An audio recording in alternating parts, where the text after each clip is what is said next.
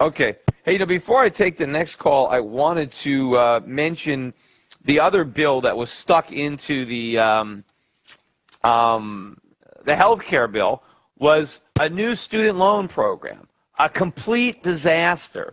Now, everybody knows that I am a big critic of government-guaranteed student loans, right? The reason that college tuition is so expensive is because the government has guaranteed loans to make it to borrow money to pay whatever inflated prices universities want to charge. If students didn't have access to those government guarantees, college prices would be falling so that students can afford to go, as opposed to rising because they have Uncle Sam's pocketbook to pick. But what did the government do? What did Barack Obama now do? He has abolished the guaranteed student loan program, right? So there are going to be no more banks, issuing government-guaranteed student loans, right? That would be a great thing, except what we're going to get instead is even worse. Now what's going to happen is the government is going to loan directly to students to go to college. Now, of course, first thing is the government doesn't have any money to loan, right? The government is in debt.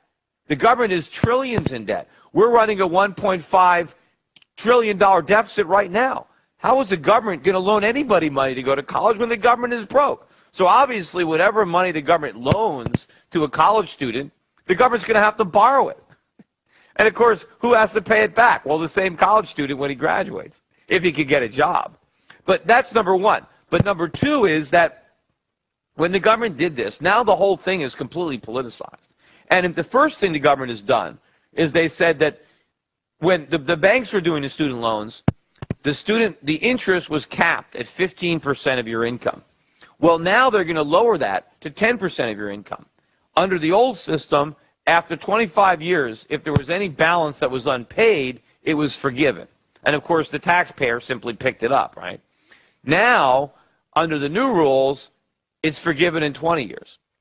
Well, what does this actually mean in practice? It means that if you borrow money to go to school, now you don't have to pay as much of it back as you did under the old system. Well, what does that mean? If you can borrow money but not have to pay it all back, well, you're willing to borrow even more money, right? Obviously, I mean, if I didn't have to pay any of it back, well, then people would be borrowing millions or billions, right? There's no limit. But under this system, basically, it might mean that a student that borrows $100,000 under the new system might have to pay back the same amount of money that somebody would have to pay back who borrowed $70,000 under the old system. And so what that means is that students doing the math will be more willing to assume larger loans when they know that they have less amounts to pay back. Well, the colleges can do the same math, and now they know, well, we can raise our prices even faster now because there will be even less resistance on the part of students to paying these higher prices because they can simply borrow the money from the government, not having to pay it all back. And of course, so now what we're going to have is that college tuitions that were rising rapidly because of government-guaranteed student loans are now going to rise even more rapidly because of government-provided student loans. Now, what is the next thing the government's going to do? As tuitions rise even faster, there's going to be pressure on the government to say, well, we'll forgive the loans in 15 years. We'll forgive the loans in 10 years. Or, well, we'll cap it at 8% of your income or 5% of your income or something like that. And all that's going to do is feed the rally even more. You know, just like they did with Fannie and Freddie. You know, Fannie and Freddie were guaranteeing mortgages, so housing prices kept rising. But every time they got to the limit of what Fannie and Freddie would insure, they raised the limit so that the prices could keep going up. But of course, it was because the limits were being raised, they were pulling the prices up. So this is going to escalate the education crisis of runaway prices, I think, to the point that they ultimately try to make education an entitlement, which is probably what these guys want. They probably want everybody in America to go to college for free, on the government, on the taxpayer.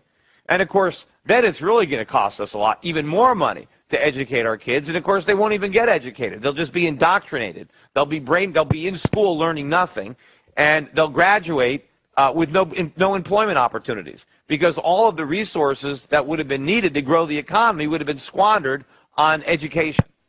and not real education. I mean, when you say we're wasting money on education, people like to say, well, aren't you in favor of education? Yeah, I just don't want to overpay for it, right? I like education. I don't like paying $1,000 for $100 worth of education, right? But in Washington, if you're against spending, then you're against education, which is all nonsense. You have to understand that we don't get better education, we just get more expensive education. And we're about to get the most expensive education in the world based on this crazy policy. And of course, Barack Obama is going to say, he actually had the gall to say that this is going to save money. This is going to save taxpayers money. Now, how does Barack Obama think it's going to save money? Because he's taking the profit out of it. He's saying that the banks were earning a profit. And by socializing it and getting rid of the profits, it's going to be more efficient and will save money. Well, wait a minute. I mean, the profits make it inefficient? Well, if that's true with student loans, that's true with everything, right? He's anti-profits. Well, how is that different than Karl Marx? Right? That's the whole theory behind socialism. Take the profit out. The capitalist, the businessman, is sucking the life out of the economy, out of the workers, that profits are evil, that profits come at the expense of everybody else. I got news for Barack Obama. Take the profits out and you take the efficiency out. Take the profits out and prices rise even faster. It's profits. It's free market competition that keeps prices low. It's government monopolies. It's government bureaucracy. It's when you take the profit out and you put the bureaucracy in. That's when you get runaway prices. That's what these socialists in Washington don't understand. So this is not going to save the taxpayer money. This is going to cost the taxpayer a fortune. But that's typical for Washington. And, of course, they stuck this into the health care bill. What does this have to do with the health care bill? Absolutely nothing. But they crammed it in there anyway, right? No debate, no nothing. Shove it in there, and it gets passed. Look, that's what's wrong with this country. That's what's wrong with Washington. That's why I'm running for the United States Senate. Just on the shot, on the 1 in a million, whatever it is, that I can actually do something to put an end to this before they put an end to the country. Anyway, next caller on hold is Chris in